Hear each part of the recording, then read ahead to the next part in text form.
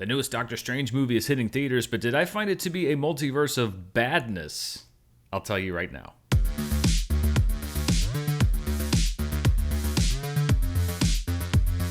Hello everybody, I'm Dan Murrell here with my review of Doctor Strange and the Multiverse of Madness, and because it is one of the biggest weeks in the movie-going year, I'm not at home. I'm not in my home studio, I'm on the road, so please excuse the hotel room backdrop. It may even be a little bit echoey in here, my apologies, but that's not what's important. What's important is my opinion on the 28th movie, and this isn't even including the TV shows in the Marvel Cinematic Universe. This one is directed by a familiar name, Sam Raimi. This is his first theatrical feature since Oz the Great and Powerful nearly a decade ago, and it's his first time in the director's chair behind a Marvel film since Spider-Man 3 15 years ago. The movie's also written by a familiar name, Michael Waldron, who served as the creator and also one of the writers of the Marvel Disney Plus show Loki. And let me just say right up front, this is a non-spoiler review, which is always a little tricky when we're talking about these big movies, but it's going to be especially tricky when we're talking about this one because there are so many things that are integral to my thoughts of the film. Well, I could talk about them, but I don't want to because there's certain things about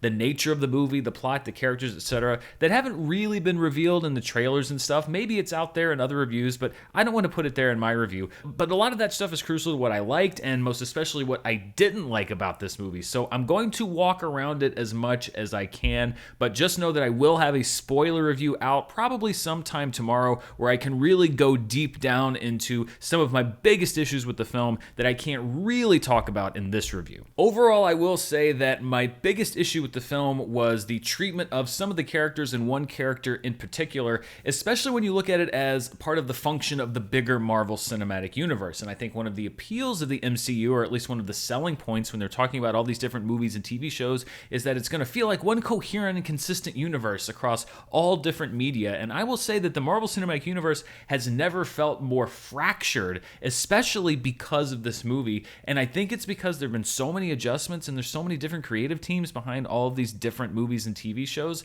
They don't have the consistency of character down, especially. And that was my biggest flaw with the film and what I'm really going to be going down deep into with my spoiler review. Now, there is one major character who people know is in the movie, but actually is almost absent, especially from the trailers from the film, and that is America Chavez, who's played by Xochitl Gomez. She is critical to this story, but the setup to her character seems a little rushed, and this goes a little bit to my frustrations also with this phase of the MCU. They've never had more outlets to bring in new characters and develop them, and yet we have one who is as crucial to the storytelling as America Chavez, who has abilities that are not only important to this movie, but are, I think, going to be important to later films. So there's a lot of work left to do with this character. Now, I know that she was originally supposed to debut in Spider-Man No Way Home, and so then they had to shuffle the order after the release orders changed, and so she had to be introduced in this film, and there's a certain leeway that I'm going to give the studio for COVID and the adjustments that had to be made. I get it, I understand that,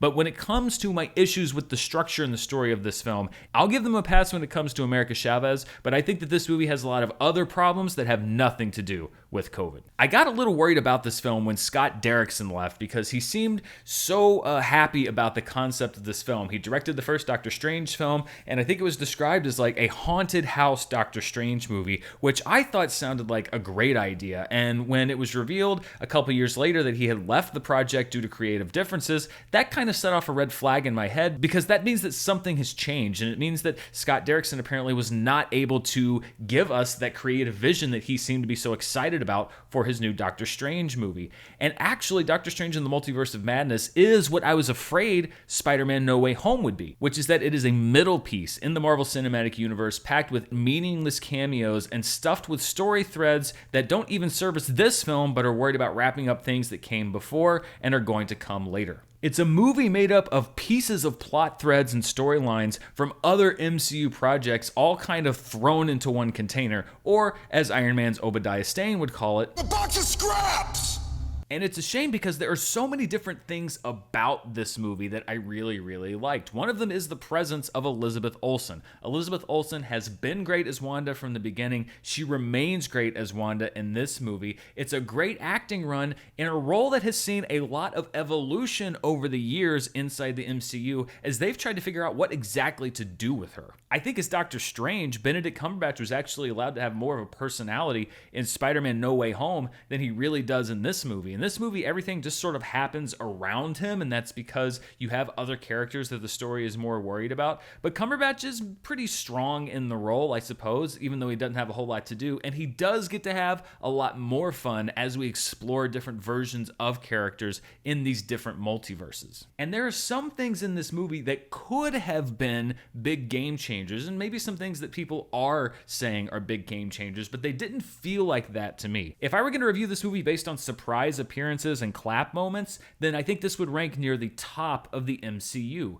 But this movie doesn't do anything with any of the surprises that it has up its sleeve. I actually think it's wasted payoff for fan anticipation that's come for years and years and years across multiple projects, and it uses the multiverse in what I think is its worst possible use, which is a way to escape all consequences for anything that happens and to be able to do anything anywhere at any time. I know some people would say, well, it's great that the Marvel Universe would have that kind of freedom, but you need to have those limitations to give these stories stakes. So I think what they did with this movie was to trade some short-term fan enthusiasm for different moments in this film, but I think they gave up some of the long-term meaningfulness that you could have had if you had planned this thing a little more beyond just appearances in this exact film. Sam Raimi was brought on late into pre-production, and there are actually sequences and glimpses into the movie that Sam Raimi would have made if he were given full reign over Doctor Strange in the Multiverse of Madness, the haunted house Doctor Strange movie that he would have done,